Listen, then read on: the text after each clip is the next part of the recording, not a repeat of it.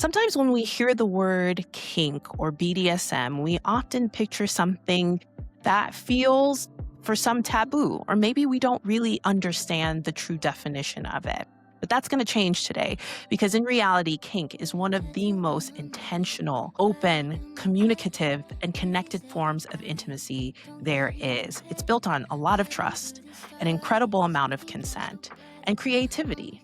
And so there's so much that we can all learn, particularly couples, about how to have greater sexual connection and freedom because of it. Joining me is Dr. Neil Cannon, an internationally recognized thought leader in human sexuality and the clinical director of the Cannon Institute, an award-winning sex therapist and educator, might I add, and couples counselor of more than 2 decades of experience, and teaches at the University of Michigan Sexual Health Certificate Program, one of the leading sex therapy training programs in the world. So today we're going to unpack what healthy, ethical kink actually looks like and how principles like consent, aftercare, and power exchange can teach us and every couple something profound about trust and connection. So wherever you fall on the spectrum, my friends, vanilla, curious, or somewhere in between, this conversation, I hope, will open your mind in new ways to build intimacy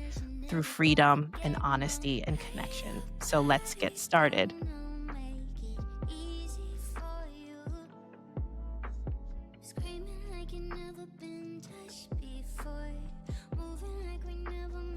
Welcome to the Lovers Society, the podcast where we explore intimacy, connection, and what it means to really love and have pleasure with intention.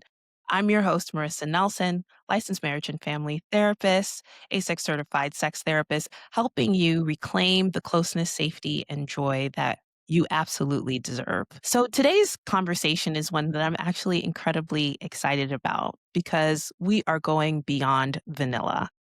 Joining me is somebody who is so near and dear to my heart, somebody that trained me, somebody who is doing just the most incredible things in our field and really shaping the next generation of sexuality educators and counselors and touching everybody in every community that they have the opportunity to work with. So joining me is Dr. Neil Cannon. Dr. Cannon mentored over 150 ASEX certified sex therapists and supervisors, shaping the way professionals around the globe think about intimacy and communication with care. Welcome to the Lover Society, Dr. Neil. Thank you, Marissa. What a beautiful introduction. I really appreciate it. And I'm glad to be here with you. You're an all-star, and I've just couldn't miss the opportunity to be here and talk about some of these things that are so important and interesting and can have huge impacts on couples and their relationships and sex and intimacy and all the really good stuff. Absolutely. In your experience, what's one of the things that you think people misunderstand maybe around kink and BDSM? I think that there's more misunderstandings than there are understandings, unfortunately. Yeah. I think a lot of people think that kink is about pain and dominance and masochism, and that those things can be elements for some people, but it's so much deeper and broader.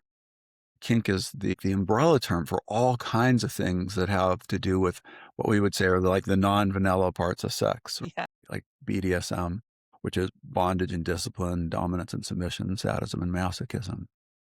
But when you get right into it, what are we really talking about?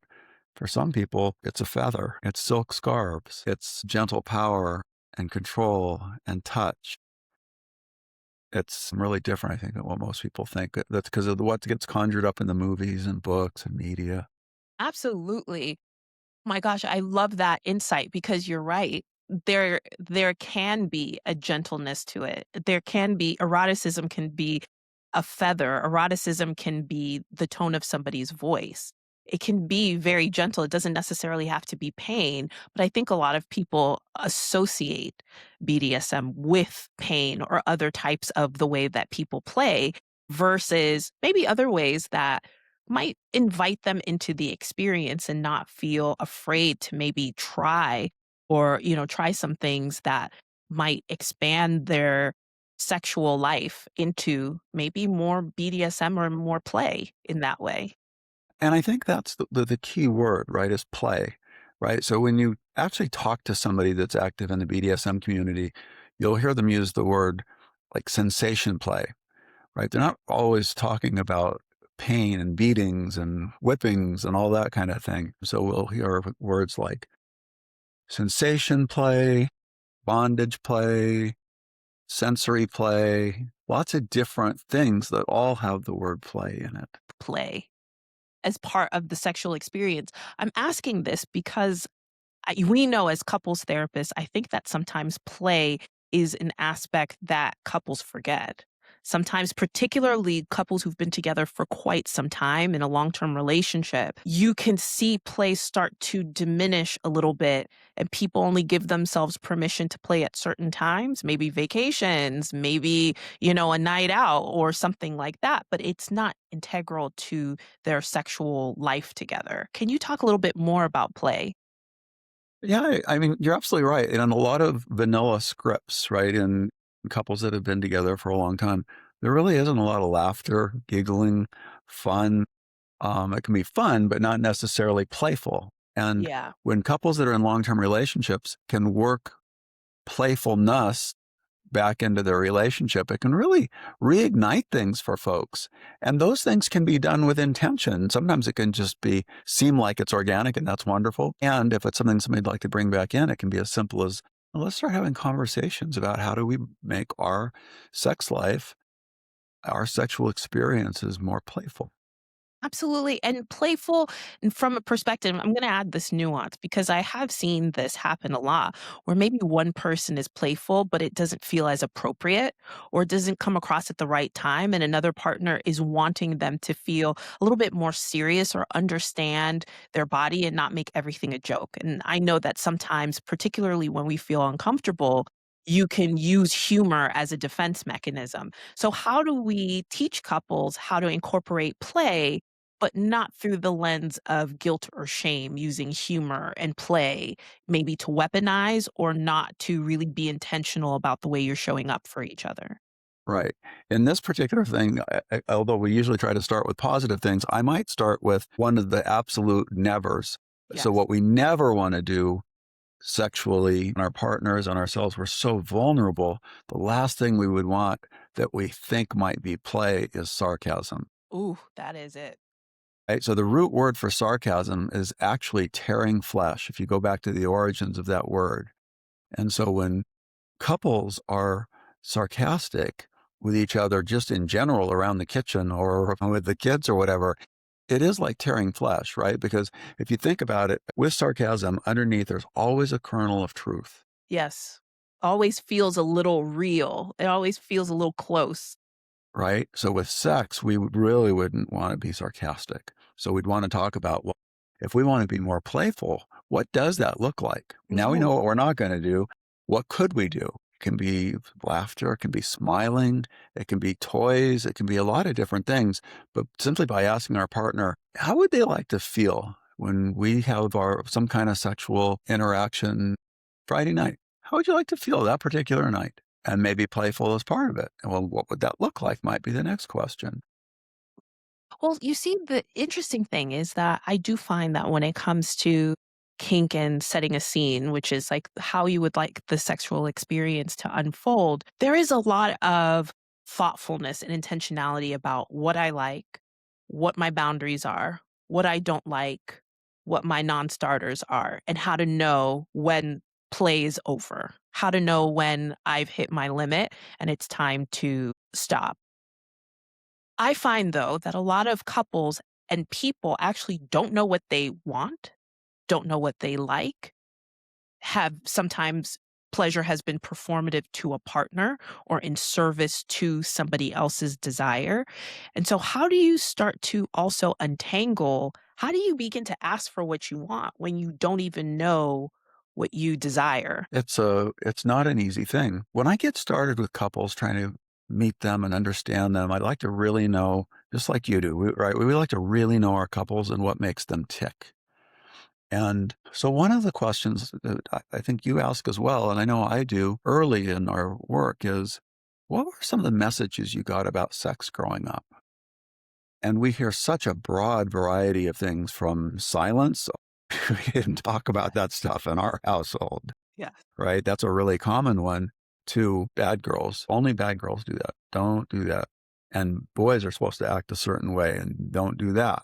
Messages from ministers or rabbis or other religious leaders around sex being a sin, and we save sex for marriage. And it's really, I think, confuses the body, because we spend so much time with restrictions and things we're not supposed to do by the time we get old enough or married or whatever our Yeah. values are You're to be like, I'm sexual. ready now.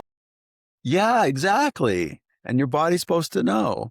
So then when it comes to these conversations about asking for what we want, we've already been beaten down for 15 years or 20 years on don't be wanting these things. So it makes the conversations really hard. So, how do you start then connecting to, like, how do you actually ask for what you want? What is the best way that couples can really talk about consent, can really talk about what they do, not just what they want, but what their boundaries are? Because I do think that sometimes that can get lost in translation. I mean, a good starting point is for the couple to ask each other if they're willing to have a conversation about this in the first place. Hmm. And if so, when would be a good time so that we can have an uninterrupted discussion and be vulnerable, right? Because these conversations are really vulnerable for a lot of folks. I know, like, one of the questions that I ask couples at the beginning of therapy is, how comfortable are you talking about sex? And because it gives us a gauge. And for some people, I can't tell you how many times I've asked that question, and the answer is it's excruciating, right? And Absolutely. so, I remember in supervision one time you asked, do you think, is it easier for you to ask for sex or talk about sex or to do sex and to have sex? And I was like, that's such a good question because I think for a lot of people, it's easier to have sex than to talk about it. And especially to talk about what you need and maybe what's not going as well, and how to be able to do that collaboratively so that you can get to a solution versus shutting down. and to be patient. Like, I think sometimes for couples where it's hard to talk about sex, a lot of times, by the way, there's one partner that it's easy to talk about sex and they're ready to go, right? Mhm. And then there's the other partner that's like, it's harder. It's just painful. Sometimes it's because they're introverts. Sometimes it's because of the sex messages they got growing up. I mean, there can be all kinds of reasons it's hard to talk about sex. So I always think about it like, when it comes to these conversations, I live in Colorado, I live in Denver, and we have a lot of mountains and a lot of hiking. Mhm. And so one of the things that we all learn is we only hike as fast as the slowest hiker. And so when it comes to conversations about sex, we kind of need to do it that way too. We really can only go as fast as the slower sex talker. The slower yes. And that doesn't make one person better or worse. It just means that we're all different. And so if we can make it safe for that person who's less comfortable to talk about sex, every conversation we have, then we're building trust. And I think it's incumbent on the person that maybe is more comfortable talking about sex to be not just patient, but really loving and embrace the fact that their partner's there with them and now making this effort. Yeah, let's talk and let's Yeah. keep it to a amount of time that's reasonable and feels manageable. Don't make them drink from a fire hose. You're absolutely right because then people get, like, overwhelmed and then we're, like, dredging up all of the past and the ways that people feel shame or guilt around not being able to show up the way that they would like to sexually, and so that then may be a catalyst for less conversations moving forward because it feels painful. And so, how might we always create safe spaces for us to talk about sexuality? I think the next part is where the pressure doesn't feel so high. I think a lot of times couples wait until things really get to a boiling point to talk about sex and intimacy and to also talk about what's not working versus to, talk about it every day. Not every day if you don't have to, but to talk about it with the comfort of checking in with the comfort of really being able to meet each other where they're at so that you don't wait till it's just a boiling point. You give space to be able to have that conversation evolve over time. Yeah, and you said something that's really important too, which is the when the couples are trying to have these conversations and they're bringing in past complaints and resentments, and if you had only done this or Mhm. that. And if they can stay focused on the present and the future, they're generally going to be a lot better served. So, a really nice structure for that is simply to say, when it comes to this thing I'm talking about, sex, what I want is, and how I feel about it is. So, for instance, when it comes to this thing, I'd like more playful sex. And that for me would be like more smiling and maybe just little giggles now and then. That might be really fun. And the way I feel about that is I would feel really connected to you, and I would feel really happy to be able to do that. And so what I want is to try that on Friday night and see if we couldn't just introduce a tiny little bit of playfulness into our bedroom, right? So this is what's going on. This is how I feel. This is what I want. None, there wasn't anything in there that Nope. talked about the past. No. And then I like that it was actionable, it was personal, and then it was like, here's how we can implement it. The occasion?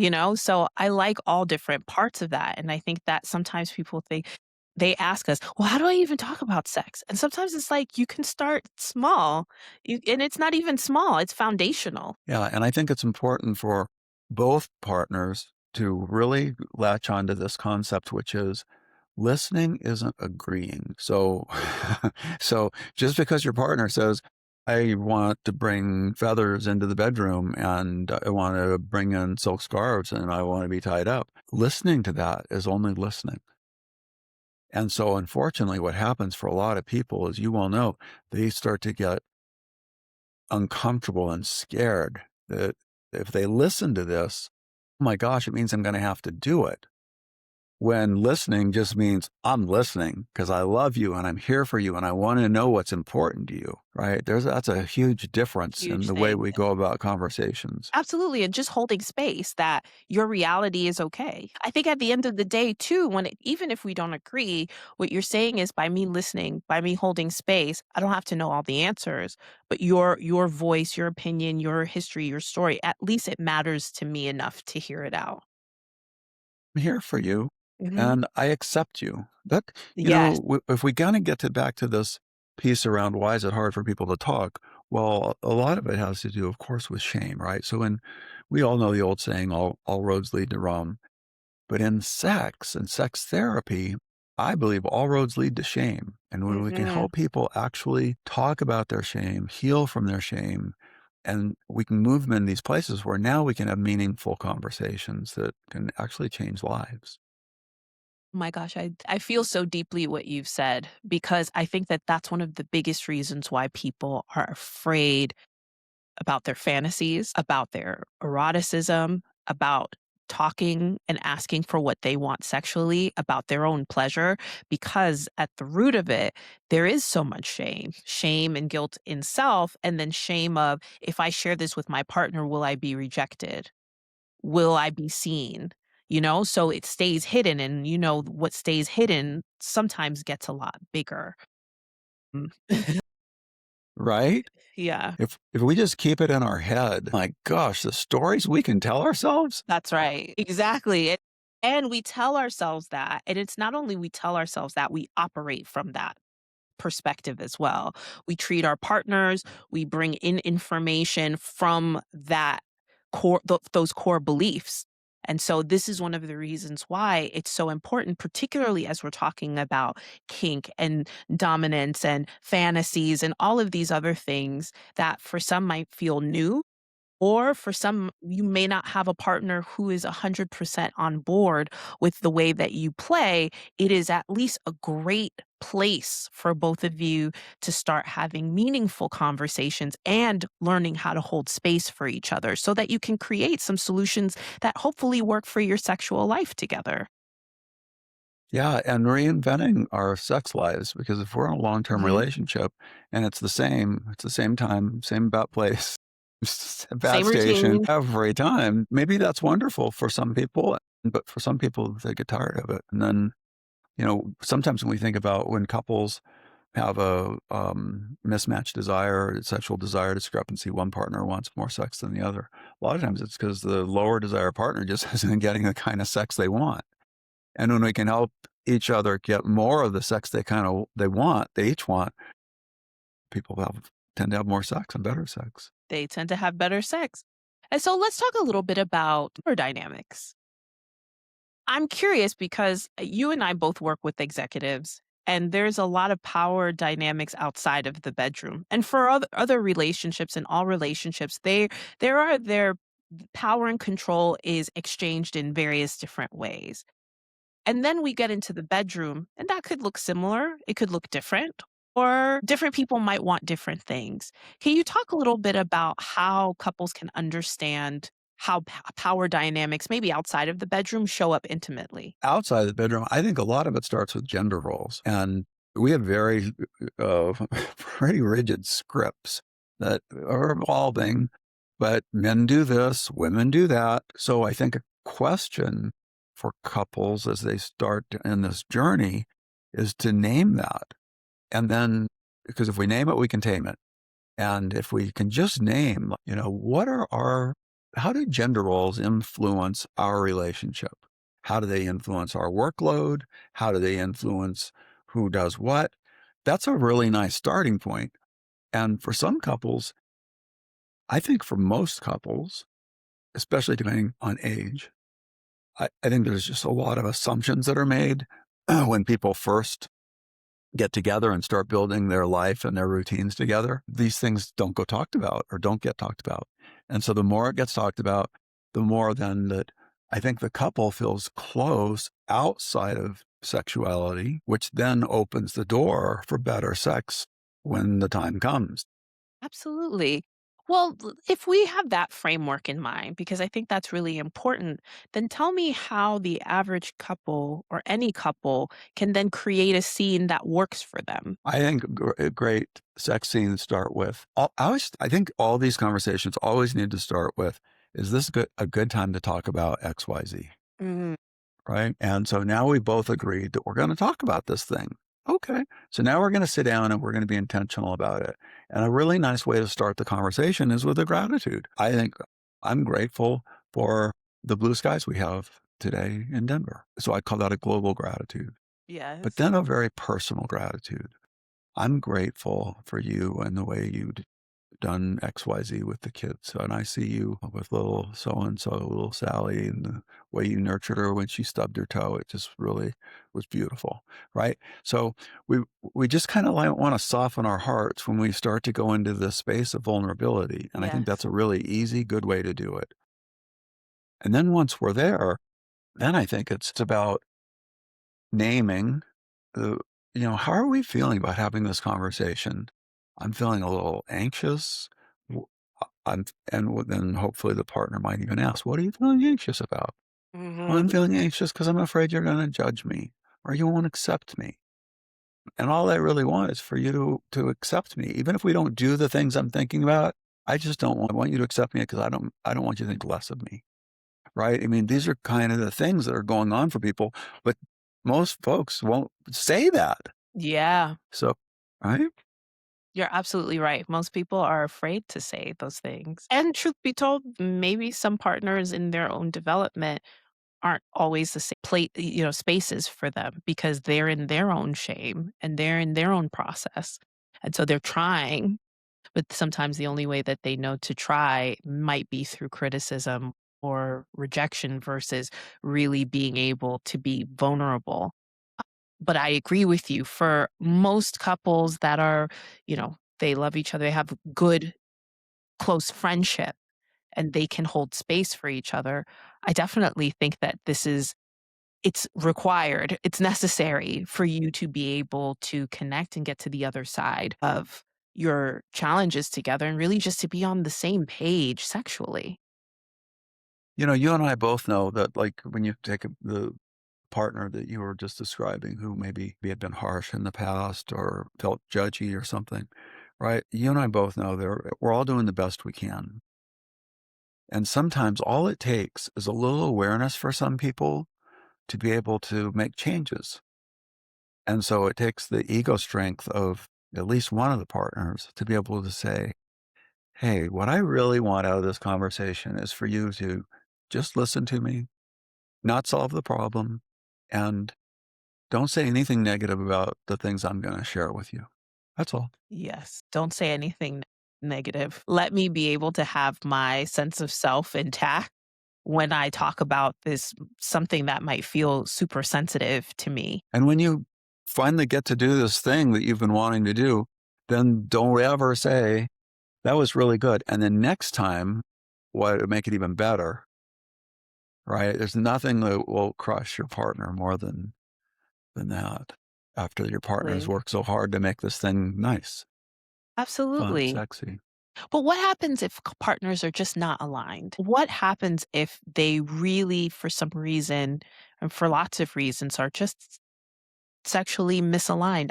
One person likes a certain form of play, the other person does not like it, but they still very much want to be together.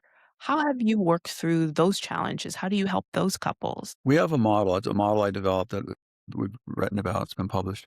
It's called UCC, and UCC stands for understanding, and then the first C stands for compassion, and the second C stands for collaboration. And so what I've found over the years is couples that can work through almost anything. It all starts with understanding each other. Hmm. And that sounds so simple, but what I found is by the time people get to our office and they have a issue around sex that they're trying to navigate, there's a lot of pain that's passed before they walk into our room, right? And so what's happened is when people start to feel pain, then they stop talking about this thing that's causing them pain.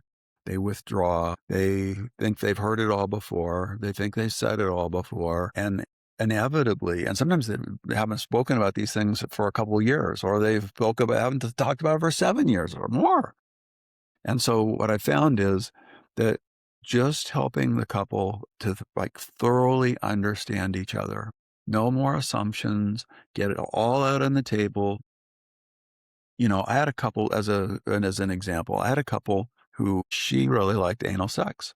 He did too. And one of the things I have couples do is tell me about your sex rules. And they always look at me Yep. funny, right? But every couple has sex They rules, all have sex rules. right? All have sex rules.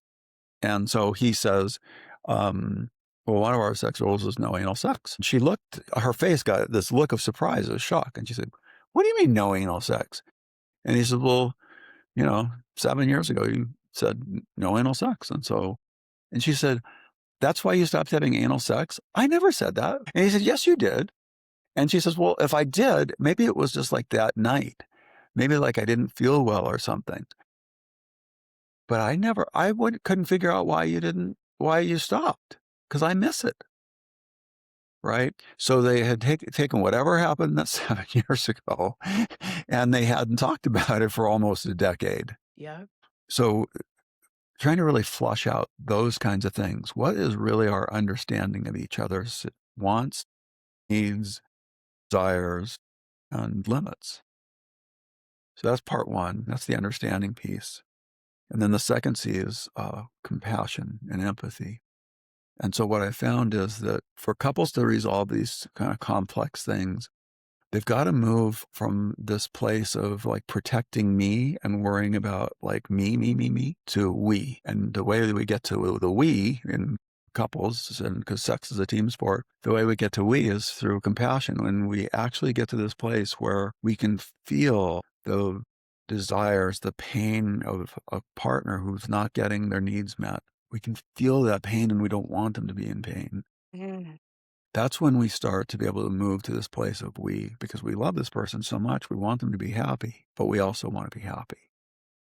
But we'll always take care of the me generally, but we have to figure out how to get to the we. So when we can get to this place where we are feeling our partner's pain on a real heartfelt level, then we're ready to consider change. And that's what leads us to the third C and the last C, which is collaboration. That's right. So, in the kink world, you'll hear people use the word negotiate a lot.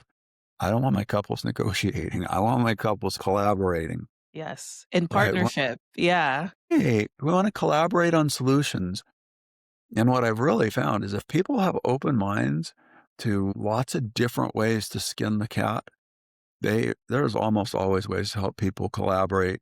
Maybe they don't get all of what they want, but we can usually help them get an awful lot more of what they want. Sometimes all Absolutely. what they As want. opposed to just freezing and not talking about it, and then neither partner gets what they want. Absolutely. Okay.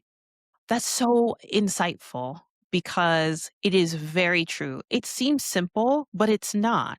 It's actually quite complex to get couples to a place of just really understanding each other and not understanding from the lens of my understanding of you. It is me holding space for your autonomy, your pleasure, your freedom, holding space for you as a person, and me being there in acceptance, in love, in compassion.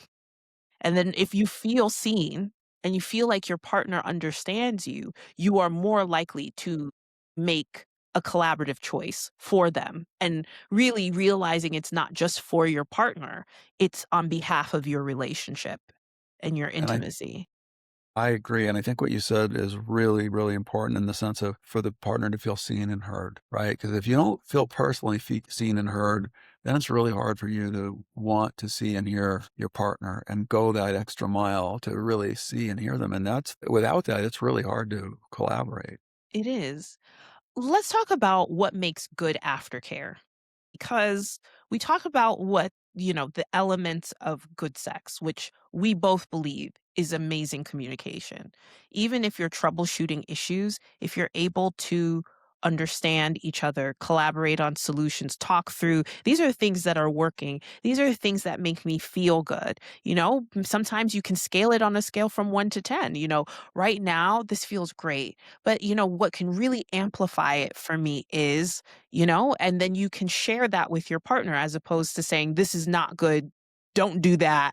We have to also be able to infuse what is good and to be able to redirect in a very loving way. But then let's talk a little bit about aftercare. What are some of the biggest, takeaways regarding aftercare that any couple can incorporate into their sexual practice? Well, let's think about first off, how many vanilla couples do you hear use the term aftercare? Not very many, right? Zero, you're holding up your hand. Yeah, right? 0. And so, what is aftercare? Well, aftercare is that thing we do with each other that after an intense sexual experience or any sexual experience to help us feel connected and safe and grounded and ready to go on to the next part of our life or bask in the glow of whatever just occurred. And so in the kink world, aftercare might be being held, being wrapped in a blanket, being given a glass of orange juice. But the thing in the kink world is that it would be discussed and planned for and agreed upon with consent as just as an important part of whatever the sexy scene was going to be as everything else that got discussed. And this is not, it's not a knock on vanilla folks. This is just simply the difference culturally between these two groups, which is part of what the show is about. So, I mean, I kind of think about aftercare for vanilla folks a lot is maybe it means, cuddling and falling asleep in each other's arms. It might mean a lot of different things, but that would be a really simple example where I would be cuddling. But on the other hand, it could also be waiting 30 seconds to turn on your phone, right? That can, for some people, that's their That's definition of their aftercare, default. right? And so it's a really great question to ask each other. What do you want our aftercare to look like? When we reach out an orgasm or 2 or 3 or whatever it is, or not had an orgasm, because that's really perfectly fine too. People, you know, it's a little myth busting here. Not all sex ends in orgasms That's and right. are completely 100%. satisfactory to everybody involved, right? For all kinds of reasons. But then to have the conversation of when we're done with our sexual experience, the intense part, what do we want this aftercare piece to look like? And how do we want to feel during this aftercare piece? Absolutely. And also, what does my nervous system need afterwards? Do I need, after an intensity of sensation, whatever that means for you. Like, do I need something tactile? Do I need warmth? Do I need hydration? Do I need reassurance? Does it bring up a sense of guilt or shame for previous situations? I feel like I'm working through my own internal chatter about whether my ability to perform, and sometimes I really do need to feel comforted or closeness with my partner. So I do think that it's a great way to check in and to do so intentionally and not just reflexively. I think afterwards some people might like grab the towel, do this, do that, versus really being able to be like, I am present in taking care of us, but also in taking care of you. You know, if here's a tip for the high desire partner. So if you're in a relationship where you're the higher desire partner, I'll tell you a way to have, that might help you have a little bit more sex is ask your partner, what would they like their aftercare to look like after sex? Because I'm a firm believer that for people that are struggling a little bit with gaps in desire, your next sexual experience starts as The soon end. as you end your last sexual experience, right? You can't treat him or her like a dick for the next week and then think on Saturday night you're going to have great sex again. And all of a sudden you're nice Saturday morning. It just doesn't work that way, No, it right? What are doesn't you work doing to like that. be connected, stay connected? Absolutely. And I think that brings me to a question that I'm very curious about. For somebody who maybe identifies as vanilla, what's a really good pressure free place for someone to start? Let's say that they're at a place where they want to expand their sexual life, they're curious about aspects of kink. What's a good place to start? I mean, I think everybody is different, right? In the sense of learning, um, and growing. For some people, it's books. For some people, it's podcasts like this. For some people, it's TED Talks. For some people, it's an event. And, in a lot of, you don't have to be in the biggest city in the country to have sex positive workshops and bookstores that are a lot more than the kind of some of the bookstores that might be in your head as to what bookstores look like. Because today, there's some in, a lot of cities that aren't huge. There's some really great sex positive locals, small retail shops that cater to couples. They have classes. That's right. They're safe. They're inviting to everyone of all genders. So, I mean, I think those are like, I kind of think about it in terms of like an external input, right? Because if you and your partner kind of sitting here with the resources you've had for the last 15 years, you still got those same resources and habits and patterns.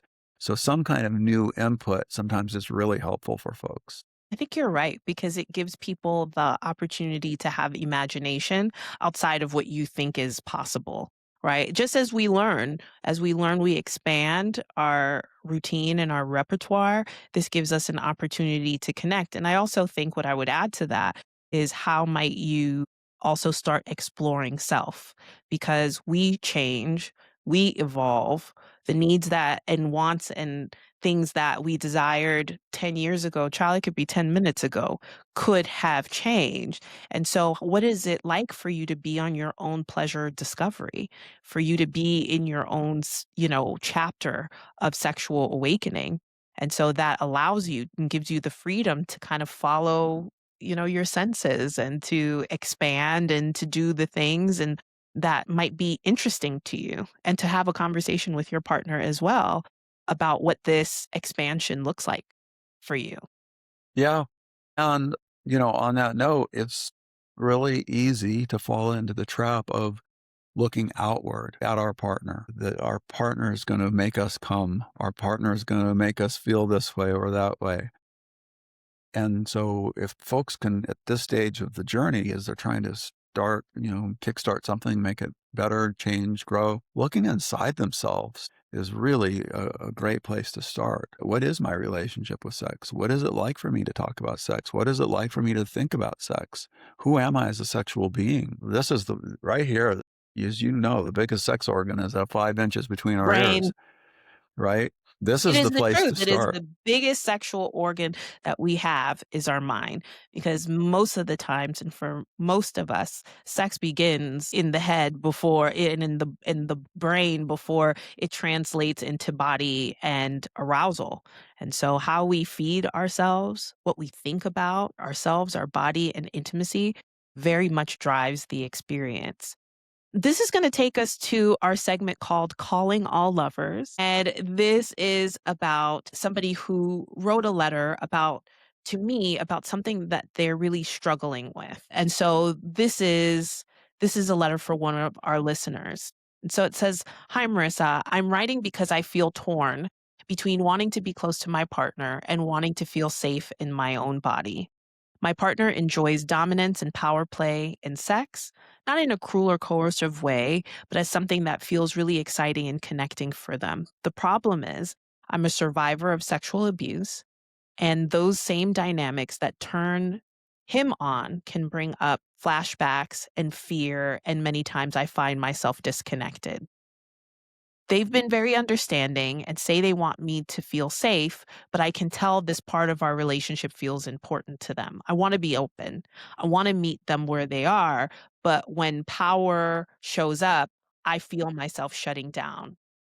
I'm scared that my trauma will always be a wall and that I will have always have a hard time being able to relax. I love them deeply, but I don't know how to make space for both of our desires, his desire and my need for safety. Help. Yeah. My heart goes out to, and I think the first thing is, boy, good for her. She was so articulate, knew what was going on for her. I think that's, in a lot of ways, I feel like she's halfway home. Yeah. Yeah. And then She I think, understands the dynamic. yeah, and then there's some really brilliant books on trauma. Bessel van der Kolk's book is a great book on trauma. The Body Keeps Body keeps Score. score. A little bit easier read is The Sexual Healing Journey by Wendy Maltz. For most people, I grab that one. Yeah. Vessel's is just a little heavy, a little more clinical. But, she might really enjoy like reading that and to start to work on her own healing for the trauma piece. And of course, sex therapy with either a sex therapist or a trauma therapist who does EMDR or brain spotting, that can be really, really helpful because the theme of that was trauma, trauma, trauma. And if she's struggling with trauma, the body does keep score, and trauma doesn't just go away on its own typically, right? It takes work. So therapy would be a good thing. But in the meanwhile, those are some things she could do on her own. And with her partner, I think the key is to be really, really patient and be really bold with what she's okay with and what she's not.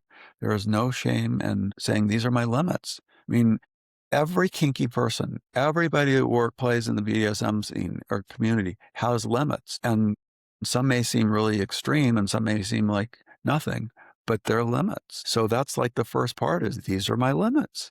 And my limits may change. And I'm going to give you consent to do things within these limits tonight. I might take away consent tonight. And I can take away consent at any time. If things feel off to me, I'm going to take control and I'll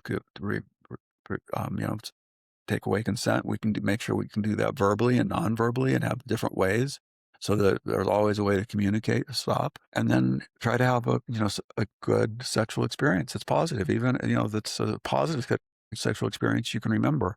And that'll start to tell your body, this is safe. My partner's safe.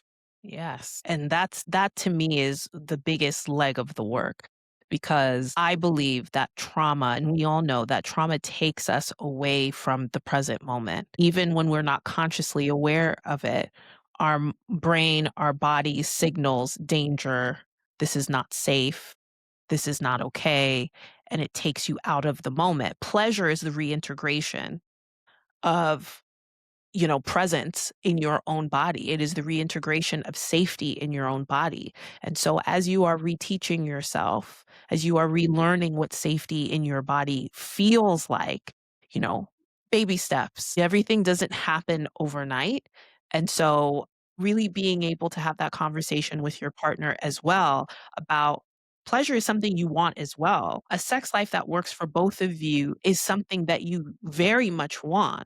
You are working through the nuance of helping your body and your mind understand that, pleasure can come without, without feeling out of control or without feeling, hurt or without feeling taking you back to that place that was really painful. I totally agree about trauma work because a lot of that trauma was coming up to the surface. And I think that that happens a lot to so many of our clients. As it be more of a guide and to gently see it and not blame or shame yourself for what you ought to be doing. And I should be over this and I'm not over it yet. Versus how can we gently just see it like, oh, okay, I have the awareness that it's present. And to then continue to be solution focused together because it's not just about you and your trauma. Just because you have trauma doesn't mean that it's your fault or something that you alone have to fix. It's also the work of your partner to understand how can they learn in their growth edge, how to ask for intimacy, how to adjust so that intimacy feels pleasurable for both of you, and to be able to create, a connection and an intimate life that is not re-triggering for you as well. I think that that's important. I agree. There's a really good book by actually, I think she was in the cohort right after you, by Stephanie Gorelick, Goerlich. It's called With Sprinkles on Top. It's a great kind of open, just kind of getting started in anything kinky or BDSM in a real safe, slow, methodical way. I love that. Thank you so much for joining us in the Lovers Society. Oh my gosh, you are such a treasure. Your compassion, your love, your grace, your empathy, it just shines through. And just thank you for all of the work that you've been doing. And I'm just so excited for all of you who can really take these tips and this wisdom into your own relationships and to hopefully let it be a catalyst for conversations and deeper connection and greater intimacy. So thank you so much for joining us. Where can people find you? You can find me in Denver, and I do sex coaching worldwide, and it's the Cannon Institute, just cannoninstitute.com. But if you Google Neil Cannon, Denver Sex Therapy, I'll pretty much pop right up. Fantastic. Please go find Dr. Nelly. And if this episode resonated with you, share it with someone who's ready to explore intimacy from a place of freedom and emotional safety. And remember, you don't have to be kinky. You just need to be intentional. You just need to be open and hopefully reincorporate some play and some deeper conversation and connection. I want you to be willing to do and explore what truly makes you feel alive. And until next time, I'm Marissa Nelson, and I'll see you again in the Lovers Society.